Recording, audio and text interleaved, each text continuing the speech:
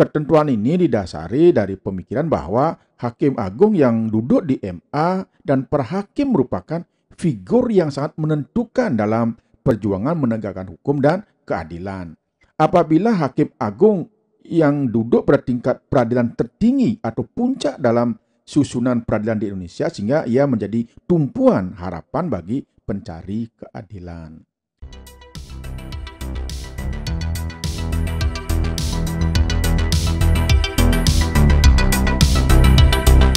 Sahabat pembelajar, berjumpa kembali bersama Imade Sidiasa Belajar Jadi Guru dalam membahas materi pendidikan Pancasila dan kewarganegaraan. Pertemuan kita kali ini kita akan membahas materi kelas 9 bab 3 Kedaulatan Negara Kesatuan Republik Indonesia. Ada 3 subpokok bahasan dalam bab 3 ini, yaitu subpokok bahasan A, hakikat dan teori kedaulatan, subpokok bahasan B, bentuk dan prinsip kedaulatan negara Republik Indonesia, dan subpokok bahasan C, melaksanakan prinsip-prinsip kedaulatan sesuai dengan Undang-Undang Dasar Negara Republik Indonesia tahun 1945. Sahabat pembelajar, sebelumnya kita sudah membahas subpokok bahasan C, poin lembaga negara pemegang kedaulatan rakyat. Lembaga negara yang baru kita bahas adalah Majelis Permusyawaratan Rakyat. Nah, pertemuan kita kali ini kita akan membahas lembaga yang kedua, yaitu Presiden.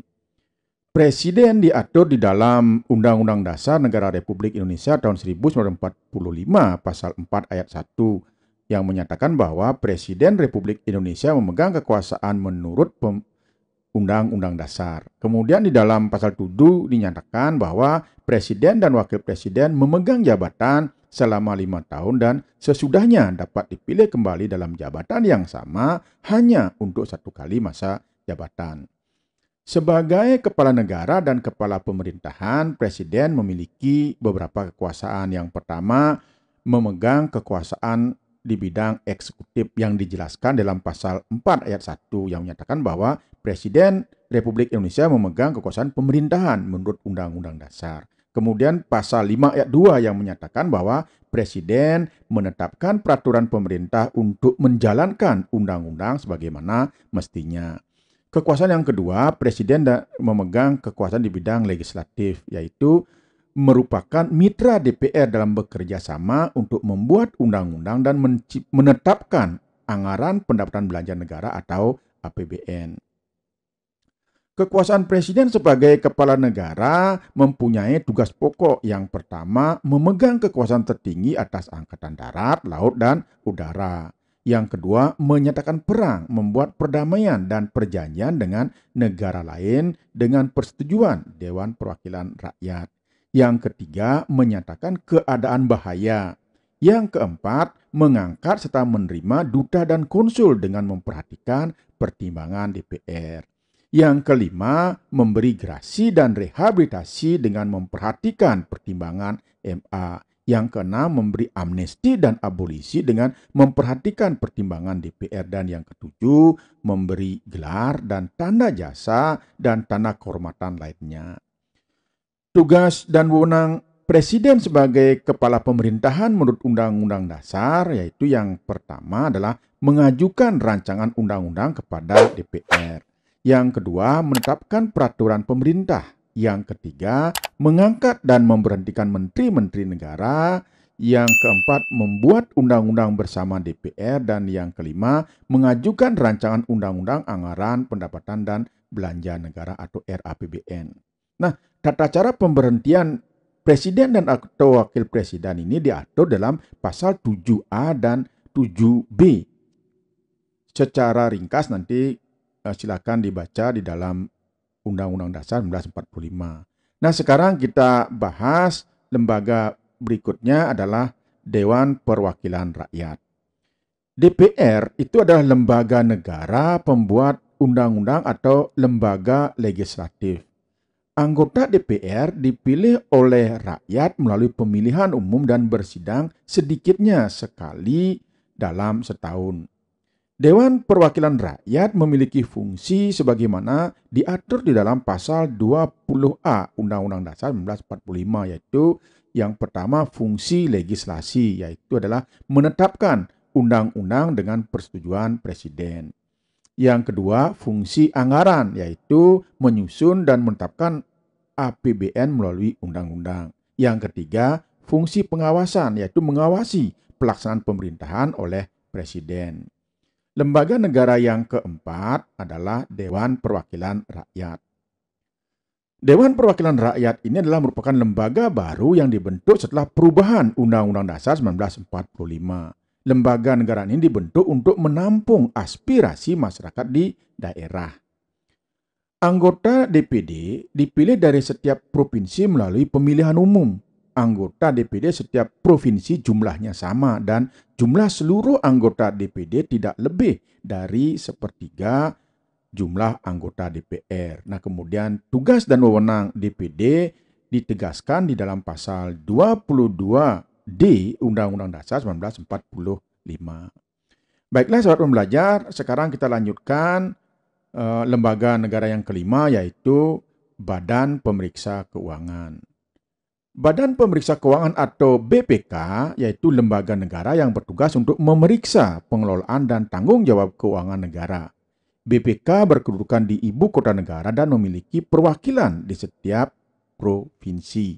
Anggota BPK dipilih oleh DPR dengan memperhatikan pertimbangan DPD dan diresmikan oleh Presiden.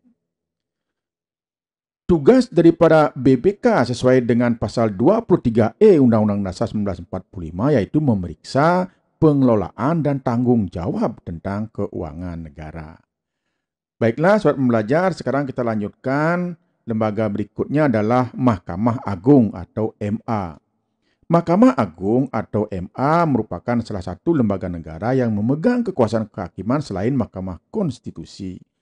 Mahkamah Agung merupakan lembaga peradilan negara tertinggi dari semua lingkungan peradilan. Mahkamah Agung ini memiliki beberapa kewenangan. Salah satunya adalah mengadili pada tingkat kasasi. Yang kedua, menguji peraturan perundang-undangan di bawah undang-undang terhadap undang-undang. Kemudian, wewenang lainnya yang diberikan oleh undang-undang. Selanjutnya adalah Komisi Yudisial. Komisi Yudisial merupakan lembaga negara yang bersifat mandiri dan dalam pelaksanaannya wewenangnya bebas dari campur tangan atau pengaruh kekuasaan lainnya.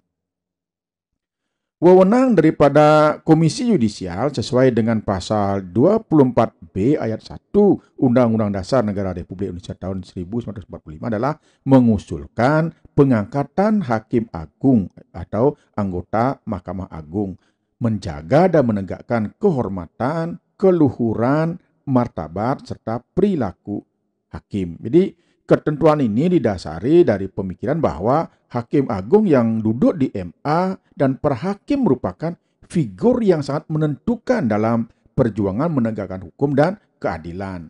Apabila Hakim Agung yang duduk pada tingkat peradilan tertinggi atau puncak dalam susunan peradilan di Indonesia, sehingga ia menjadi tumpuan harapan bagi pencari keadilan.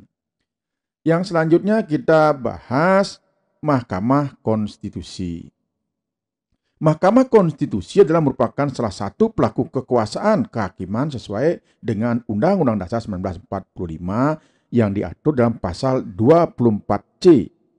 Wewenang daripada Mahkamah Konstitusi yang pertama adalah menguji undang-undang terhadap Undang-Undang Dasar. Atau yang kedua, memutus sengketa kewenangan lembaga negara yang kewenangannya diberikan oleh Undang-Undang Dasar. Yang ketiga, memutus pembubaran partai politik. Dan yang keempat, memutus perselisihan hasil pemilihan umum. Yang selanjutnya kita bahas pada pertemuan berikutnya hubungan antar lembaga negara. Nah, untuk pertemuan kita kali ini kita cukupkan sampai di sini. Semoga apa yang kita bahas ada manfaatnya. Dan nanti kita akan membahas hubungan antar lembaga negara pada pertemuan berikutnya. Terima kasih.